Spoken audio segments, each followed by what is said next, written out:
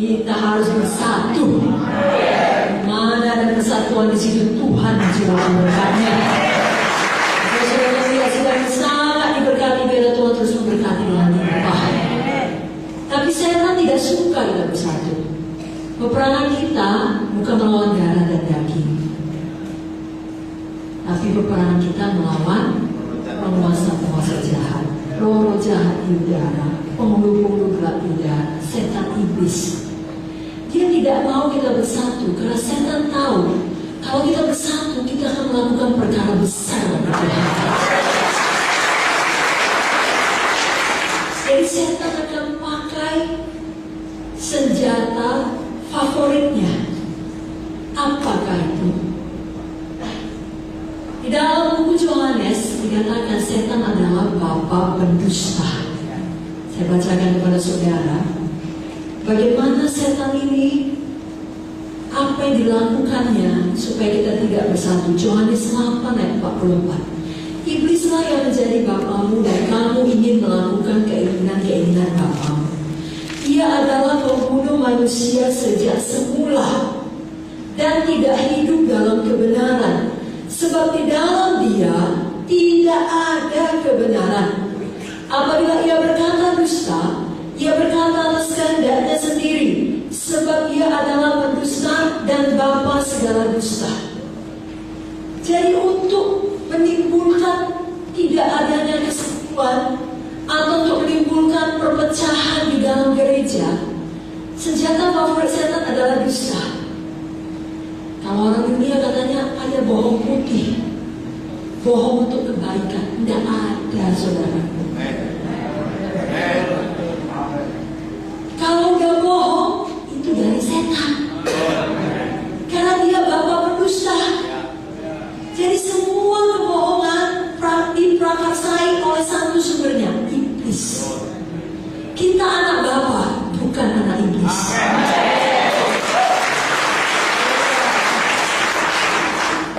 Dan dalam Matius 5:37 dikatakan, jika ya, katakanlah ya. Jika tidak, katakanlah tidak. Selebihnya berasal daripada si jahat. Mulut kita ini bisa dipakai Tuhan untuk mempersatukan. Tapi mulut yang sama juga bisa dipakai musuh, dipakai setan untuk memecah belah. Apakah kita sadar atau tidak sadar? Tapi itulah kenyataannya. Malam ini kita sadar.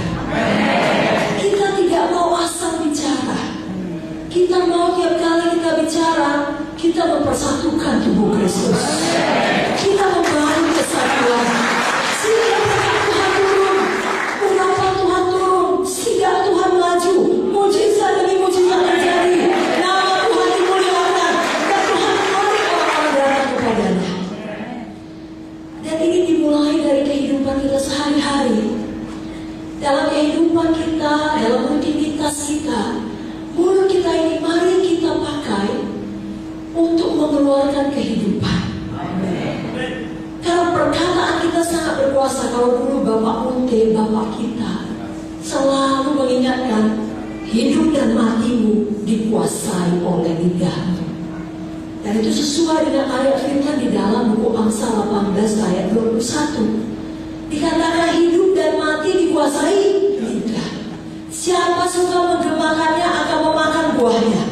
Jadi apa yang kita ucapkan, apa yang kita gemakan, itulah yang terjadi bagi kita sebulan dari sekarang, setahun dari sekarang, 5 tahun dari sekarang. Mari kita ucapkan, gereja ini akan sampai ke Darwin. Gereja ini akan sampai ke semua kecamatan di seluruh timur.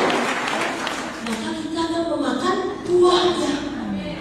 Tapi kalau kita mengatakan tidak cukup daya kami, tidak cukup kekuatan kami, atau tidak cukup dana kami, walaupun mungkin kita pikir itu hanya sekedar ucapan biasa, tapi ucapan kita berkuasa. Kalau kita ingat firman Tuhan dalam buku yang pertama di Alkitab, buku Kejadian, bagaimana Tuhan menciptakan dunia ini dengan berfirman. Artinya dengan berkata, dengan mengucapkannya. Pada waktu itu dunia belum berbentuk.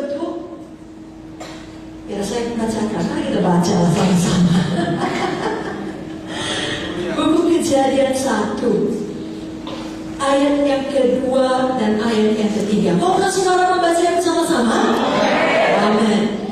Kejadian 1 ayat 2 sampai 3. Ya sudah dapat katakan amin. Mari kita baca 1, 2, 3 ya. Bumi belum berbentuk dan kosong, telah kulitang menutupi samudra raya, dan roh Allah melayang-layang di atas permukaan air. Berfirmanlah Allah, jadilah terang, lalu terang itu jadi. Jadi Alkitab jelas mengatakan, firman Allah jelas mengatakan, pada waktu itu, pada mulanya bumi belum berbentuk dan kosong. Gelap gulita menutupi samudra raya. Itu satu situasi atau keadaan yang mengerikan. Tidak berbentuk, kosong, gelap gulita. Dan kita tidak tahu sudah berapa lama.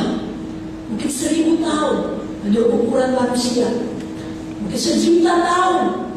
Mungkin 1.000.000.000 tahun. Kita tidak tahu itu. Kita belum ada di sana. Tapi Alkitab ini juga mengatakan roh Allah melayang-layang di atas permukaan air. Jadi the Spirit of God, Holy Spirit, Roh Kudus sudah hovering, sudah ada di situ. Pada waktu bumi belum berbentuk, pada waktu semua masih gelap gulita, pada waktu semua masih kacau, roh Allah ada di situ. Adakah hidupmu masih kacau? Adakah keluargamu rasanya tidak berbentuk, saudaraku? Karena banyaknya persoalan. Adakah materi kita gelap gulita? Jangan pernah bimbangkan akan penyertaan Tuhan. Roh Allah tetap hadir. Dia maha hadir. Kalau memang roh Allah sudah ada di situ, kenapa tidak ada sesuatu yang terjadi? Karena dia menantikan firman. Yes. Dia sudah ada di situ, tapi dia menantikan firman. Ketika Allah berfirman, berfirmanlah Allah, jadilah terang. Maka terang itu jadi. Juga demikian. Karena waktu semua justru masih kacau, tidak berbentuk, maka kita mengucapkan perkataan sebuah firman. Jadilah damai, turunlah berkat. Kudus akan mengerjakannya. Karena prinsip yang sama masih berlaku sampai hari ini. Hidup dan mati dikuasai. Mari katakan, hidup dan mati saya dikuasai lidah saya. Saya mau tanya saudara, saudara mau ucapkan kehidupan atau kematian? Saudara mau ucapkan berkat atau kutuk? Saudara mau ucapkan perpecahan atau persatuan? Berikan tepuk tangan bagi Tuhan Yesus.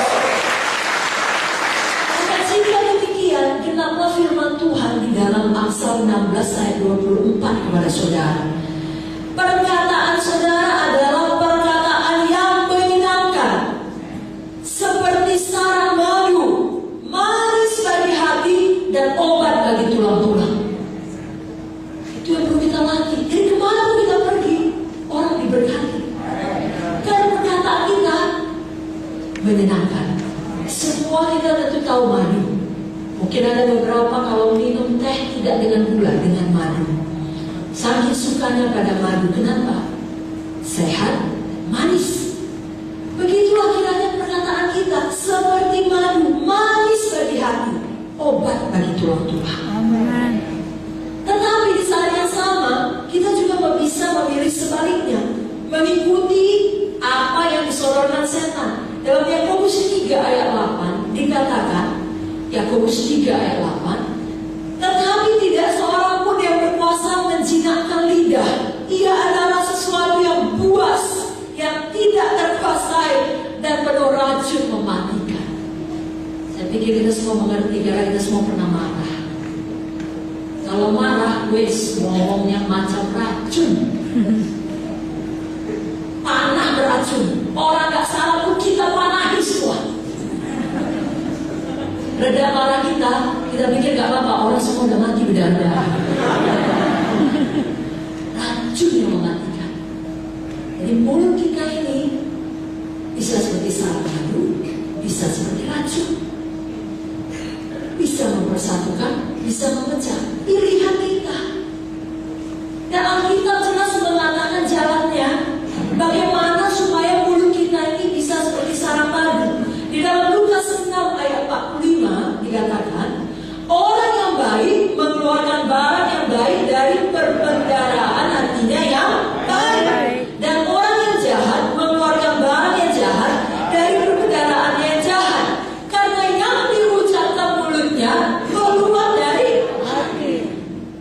Jadi kalau kita mau mempersatukan, memberkati seperti sarang madu, perkataan yang menyenangkan, membawa kehidupan, hati ini berubah.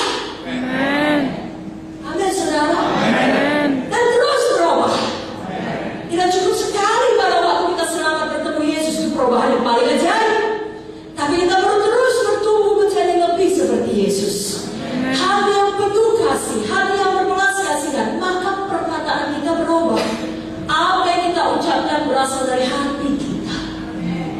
Sebabnya penting sekali untuk tidak menyimpan luka-luka hati dan membenarkannya.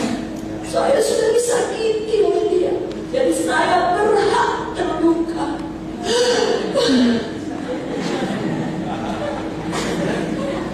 Saya berhak, kamu tidak tahu apa yang saya rasakan.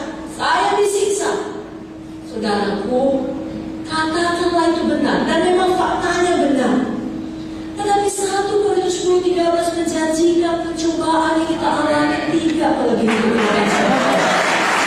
Dan Allah itu setia. Pada waktu kita dicobai, Dia memberikan kepada kita jalan keluar supaya kita dapat menanggungnya. Kerap kali yang terjadi dalam hidup kita, kita tidak mengerti. Kita pikir kita sudah buat baik. Bukankah Alkitab berkata, kalau kau menabur yang baik, kau menuai yang baik. Tapi toh kita sudah buat baik, kok kita dapat taburan yang jahat? Kita tidak mengerti. Nah, di situ setan datang dengan dusta. Alkitabku salah. Semua yang diajarkan pendetamu bohong. Buktinya ini. Buktinya masalah ini tidak siap-siap. Mana Yesusmu? Setan paling suka itu.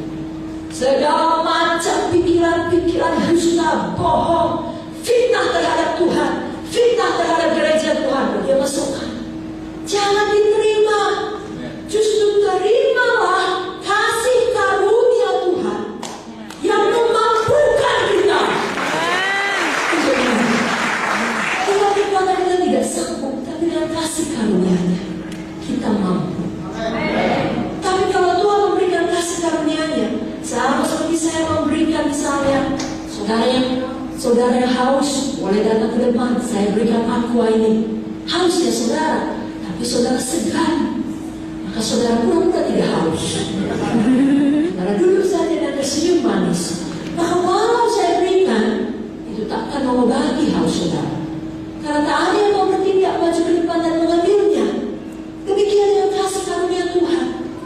Ketika hati kita sakit, ketika hati kita terluka, ketika hati kita galau, bingung, kenapa ini terjadi? Ada kasih karunia yang memampukan kita. Karena semua lembah kekelaman memiliki deadline. Amin, saudara. Haleluya. Tapi kalau kita menolaknya, maka timbul akar yang pahit. Saya bacakan Ibrani 12 ayat 15.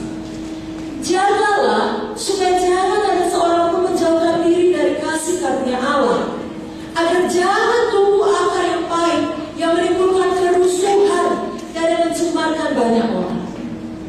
Jangan dijauhkan diri, diterima kasih karunia Tuhan. Banyak perkara kita tidak mengerti, tapi satu hal kita mengerti, Yesus baik. Selalu baik dan selamanya baik. Ada seorang pendeta yang sungguh-sungguh melayani Tuhan, punya istri yang baik, dan dia kemudian digerakkan Tuhan berdoa puasa 40 hari 40 malam. Saudaraku, untuk kemajuan di dalam sidangnya. Dengan berjuang dia berdoa, tapi dia berhasil menyelesaikannya. Dan kemudian dia melihat banyak penerobosan di dalam sidang yang dia pimpin. Terjadi jawaban-jawaban doa. Tapi tak lama kemudian istrinya meninggal dalam satu kecelakaan, tidak sempat pun didoakan, meninggal. Satu hal yang dia tidak mengerti, bagaimana mungkin dia bisa berdoa 40 hari dan dijawab Tuhan doanya, tapi kemudian istrinya meninggal tanpa sempat dia doakan. Di mana dia merasa, menurut pendapatnya, istrinya masih perlu hidup karena anak mereka belum mandiri, belum dewasa.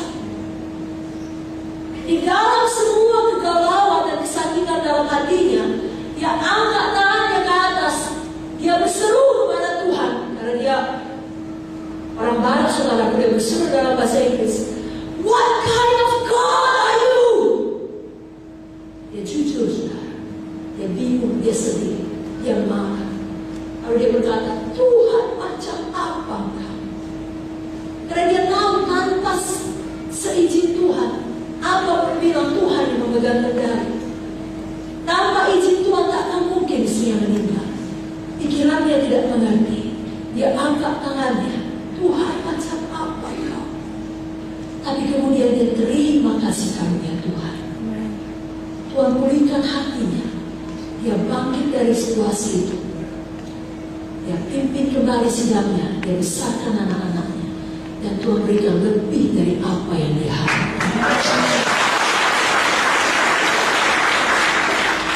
Jadi terima kasih karunia Tuhan, saudara, untuk menolong seluruh kehidupan kita. Bahkan di saat-saat yang paling kelam sekalipun, jangan tinggalkan Tuhan. Kalau semua kita hadir di sini karena sudah mengalami mujizat Tuhan. Dan kita perlu terus bertambah-tambah dewasa. Kita perlu terus bergantung pada Tuhan. Jadi kalau ada satu ketika di mana biasanya asal kita berdoa langsung terjadi mujizat, begitu kita berdoa dengan cepat langsung ada jawaban. Tapi kali ini tidak ada.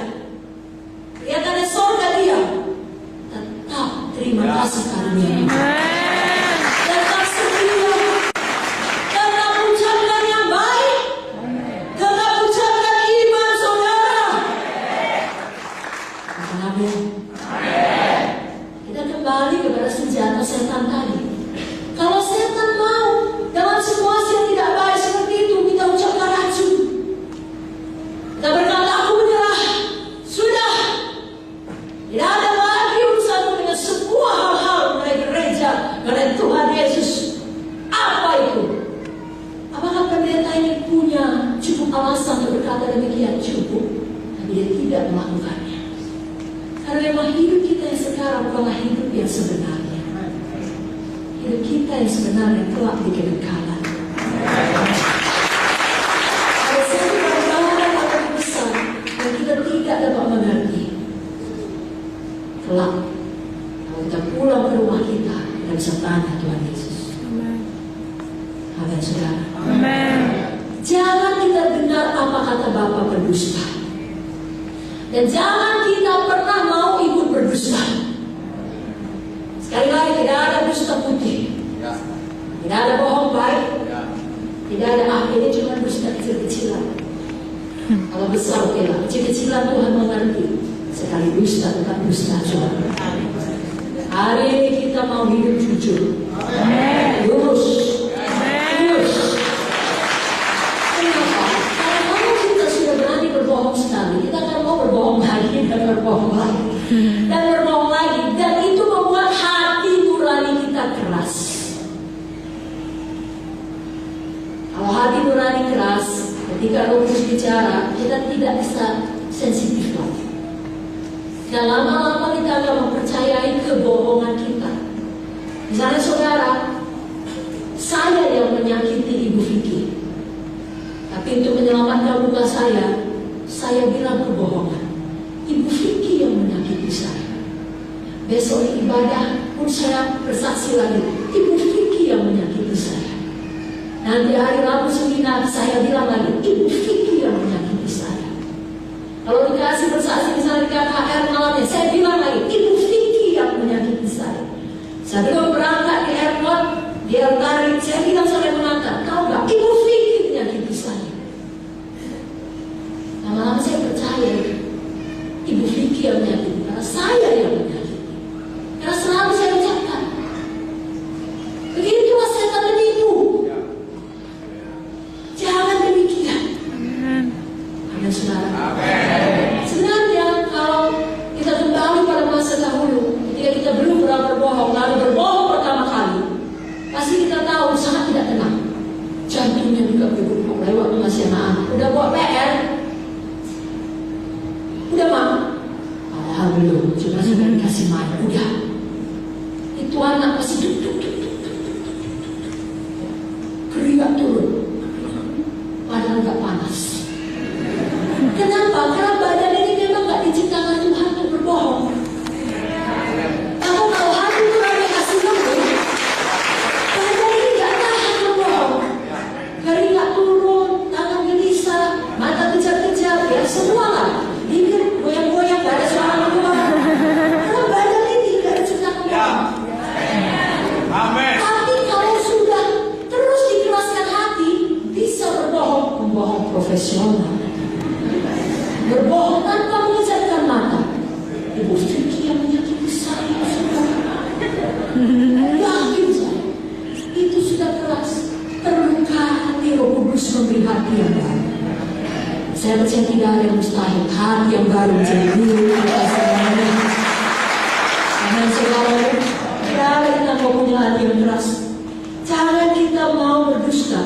Karena setiap kali kita berbohong, kita memakai senjata favorit setan, dia bawa berdusta. Kalau kita perhatikan, satu rencana jahat terhadap siapapun di dunia ini tidak bisa berhasil tanpa dilakukan kebohongan.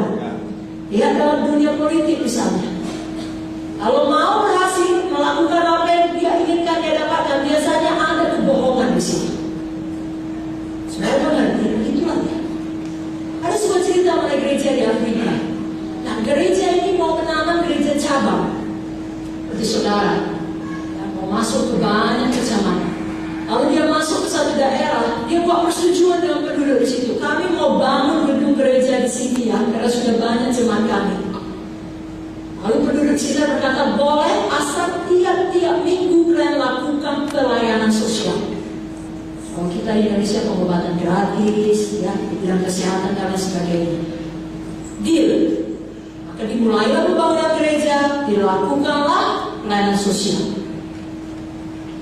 Setahun berlalu, gereja berdiri, pelayanan sosial berjalan, sangat luar biasa berkat Tuhan. Tapi kemudian ada orang-orang yang iri hati. Ini nggak boleh saudara, ini hikmat dari setan. Lalu karena dia iri hati, mereka berhasil mulai melakukan segala macam usaha untuk mengacaukan ibadah. Lagi gereja menyanyi, dia menyanyi lebih kuat. Lagi pendeta berkhotbah, dia membuat pesta lebih kuat. Sampai kemudian sudah melanggar hukum. Pada suatu malam mereka merusak properti gereja, merusak gerbangnya, merusak pintunya, masuk ke dalam, memutar semuanya kursi-kursi. Yang jaga gereja telepon bapak pendeta, wah bapak pendeta langsung telepon polisi setempat. Polisi segera datang, sempat ditangkap beberapa orang tersebut, dibawa ke kantor. Tapi tahu saudara yang terjadi, waktu pendeta itu sampai di kantor, polisinya melihat dia dengan sangat tajam dan kemudian memperlakukan dia seperti dia yang terdakwa, dia yang tersangka. Rupanya waktu dipanggil orang-orang yang merusak gereja, mereka berbohong dan berkata, kami justru membela, melindungi masyarakat karena di gereja itu terjadi penjualan narkoba dan terjadi penjualan senjata ilegal. Bahkan kami lihat wanita-wanita diperdagangkan. Maka polisi pun mulai menginterogasi. Dan rupanya yang merusak ini punya deki. Beberapa orang di pejabat, beberapa politisi, dia telepon. Dan rupanya temannya ini pun berhubungan dengan pejabat sekarang. Kalau kita seperti wali kotanya, situasi menjadi rumit. Dipanggil polisi ini, jumpa wali kota. Dia pikir wali kota ini akan bersikap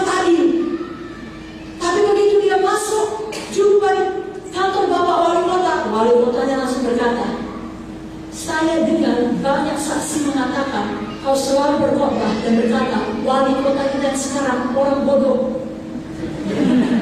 Jadi kau bilang saya bodoh pada jemaat. Wow, bedanya. Kok bisa? Saya jaga khotbah itu kok bisa? Dan kok bisa orang-orang ini percaya begitu saja? Bahkan seorang wali kota percaya. Singkat cerita, dibawa ke jalur hukum, harus masuk pengadilan. Akhirnya timbullah saksi yang benar. Dan tidak jadi dimasukkan penjara, tapi kerusakan yang besar terjadi di dalam jemaat. Karena ada orang-orang yang percaya pada kebohongan. Jadi kita lihat kerusakan di gereja dalam tubuh Kristus takkan bisa berhasil tanpa kebohongan. Itu alat setan. Jangan kita mau ikut jadi pasukan setan. Kita pasukan tentara Kristus. Sekali lagi, kalau kita bersalah, jangan takut mengakui kesalahan kita. Tidak usah pikir apa kata orang. Saudaraku, hari kita tidak bersalah. Hari ini pun kita masih bersalah. Hari kita berani bilang hari ini saya tidak berdosa. Semua kita masih berdosa. Tapi yang indahnya di dalam Tuhan, semua dosa dapat dihapuskan oleh darah Yesus. Berikan tepuk tangan untuk darah Yesus. Amsal 28 ayat 13 mengatakan, siapa menyembunyikan pelanggarannya tidak akan beruntung, tapi siapa mengakuinya dan meninggalkannya akan disayangi. Akui saja. Jangan bohong-bohong untuk menyembunyikan. Akui dan bertobat. Akui, tinggalkan, itu artinya akui dan bertobat. Justru akan lebih disayang. Kamu tepuk tangan untuk Tuhan Yesus. Haleluya. Jadi sekarang dalam hati kita berubah dan kita tetapkan, saya harus benci kepada dusta. Kalau kita betul-betul benci, gak terpikir untuk melakukannya sedikit pun. Kalau ada anak-anak gadis di sini benci kepada yang namanya tikus, maka kalau tikus lewat, naik dia ke atas kursi. Setidaknya dia akan berteriak-teriak. Apalagi kepada ular. Kalau betul benci, tak akan dipelihara di rumah. Kalau pergi ke kebun binatang, ada pawang yang berkata, mau foto dengan ular? Mau? Tidak. Kenapa? Benci, tidak suka, jijik. Begitu harus benci kepada bohong, dosa.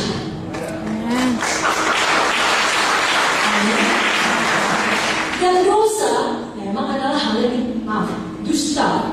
Dosa juga, termasuk dusta adalah hal yang dibenci Tuhan. Saya baca Amsal 6 ayat 16 sampai 19. 6 perkara ini yang dibenci Tuhan, bahkan 7 perkara yang menjadi kekejian bagi hatinya.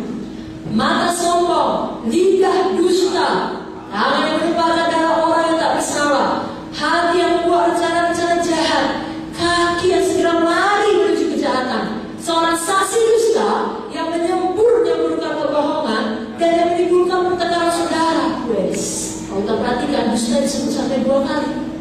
Dosa yang lain sekali aja, tapi kalau dusta 2 kali, sekali ayat 17, lidah dusta, sekali lagi ayat 19. Saksi dusta yang menimbulkan pertengkaran saudara. Artinya apa?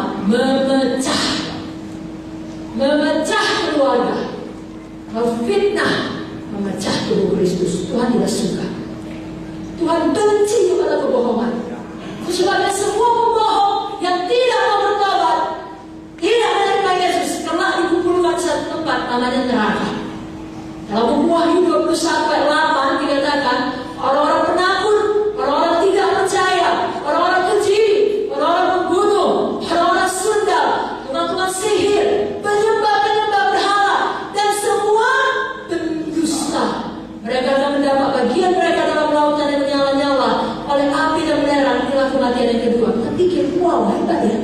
Pembunuh, tukang sihir, semua dosa keji, penyembah berhala bisa makan dengan dusta, dengan orang yang melakukan dusta, bohong, berdusta. Tuhan benci kepada dusta. Sebabnya hari ini mari kita jujur. Amen. Pertama sekali jujur kepada diri sendiri. Saudaraku, tadi sudah saya katakan, kalau kita teruskan berbohong, hati menjadi keras, lama-lama kita mempercayai kebohongan kita. Kalau saya jujur pada diri saya akan berkata, saya yang bersalah. Saya menyakiti Ibu Vicky. Bukan Ibu Vicky yang menyakiti saya. Kita pun kalau punya satu ikatan, jangan biarkan itu menjadi dosa yang tersembunyi. Apalagi kalau kita sudah punya pelayanan yang dipercayakan Tuhan. Sama seperti cerita disampaikan oleh Bapak Reinhard Bongki. Hati kita ini seperti mempunyai 10 kamar. Jangan biarkan satu kamar bagi diri kita hanya 9 untuk Yesus. Satu kamar kita tidak mau jujur, kalau saja kita masih terikat pornografi. Jangan. Kita jujur pada diri kita, Tuhan, aku masih terikat pornografi. Supaya apa? Itu awal dari pemulihan kita. Kita mengakui ada yang masih salah dengan diri kita. Kita tidak berpura-pura kita sudah sempurna, sudah tahu segalanya, lalu tidak perlu lagi diperbaiki. Kita mengakui kita masih perlu berubah. Kita mengakui kita masih perlu bertobat. Sama kalau kita mengakui kita sakit, kan kita cari obatnya. Ada saudara? Kalau sudah jelas ada dampak di sini, pendolan, lagi kalau perempuan di sini, harus jujur, memang ada. Lalu kita tangguh lagi. Kalau orang dunia, dia pergi pertama kali ke medis, bagus. Medis itu bisa menjadi alat Tuhan, tapi kita anak Tuhan pergi kepada Tuhan. Kalau kita kepada Yesus, kita sudah sembuh. Tapi awalnya kita harus jujur. Ada yang harus kita ulangi, ada yang harus dikerjakan, ada yang harus diselesaikan. Mari kita akui dengan jujur. Adakah kita masih diikat oleh dosa-dosa yang terselubung? Akui dengan jujur dan terima kebebasan malam ini. Di mana kalau Tuhan di situ ada kebebasan. Haleluya. Apa gunanya kita di depan orang tampak rohani, yang tampak bagaimana, tapi kita datang dengan ikatan, pulang dengan ikatan. Kita yang perlu betul-betul bebas. Amin, saudara. Yang kedua, kalau tadi jujur pada diri sendiri, yang kedua, kita juga harus belajar jujur pada orang lain. Ada kalanya kita perlu mengakui dosa pada orang lain. Duh, masa sih? Tidak. Dalam Yakobus 5 ayat 16 saya bacakan. Karena itu hendaklah kamu saling mengaku dosamu dan saling mendoakan supaya kamu sembuh. Doa orang yang benar bila dengan yakin didoakan sangat besar kuasa. Kenapa di dalam ayat ini tidak dikatakan akui saja pada Tuhan? Kenapa harus saling mengaku dosa? Kenapa harus juga pada orang lain? Untuk kerendahan hati. Amin. Dan untuk integritas kita. Untuk yang kita mengerti, bukan kita sembarangan mengaku dosa kepada semua orang. Tidak perlu semua orang di WA saudara, di grup saudara, hari ini dosa saya 1 pikiran orang, 2 marahin anak, 3 cakap najis. Tidak perlu. Tapi di dalam kelompok sel, mungkin saudara bisa, di mana hubungan saudara sudah bisa saling percaya. Saudara mengaku kepada PKS saudara. Saudara mengaku kepada Ibu Gembala, kepada Bapak Gembala, lalu didoakan dan saudara bebas. Amin, saudaraku. Amin. Dan yang ketiga, yang paling penting, kita harus jujur pada Tuhan. Tahukah saudara? Sebenarnya mengakui dosa kita kepada Tuhan hanyalah melepaskan kita. Kenapa? Karena kita tidak akui bahwa Tuhan sudah tahu. Apa saudara pikir Tuhan tidak tahu kalau kita buat dosa di kamar, kita kunci? Tuhan tidak tahu saya sudah kunci kamar. Tuhan tidak lihat. Saudaraku, Alkitab berkata pada waktu kita berbaring pun Tuhan mengetahui pikiran kita. Tidak ada tersembunyi bagi Tuhan. Jadi mengakuinya kepada Tuhan justru melepaskan kita. Haleluya.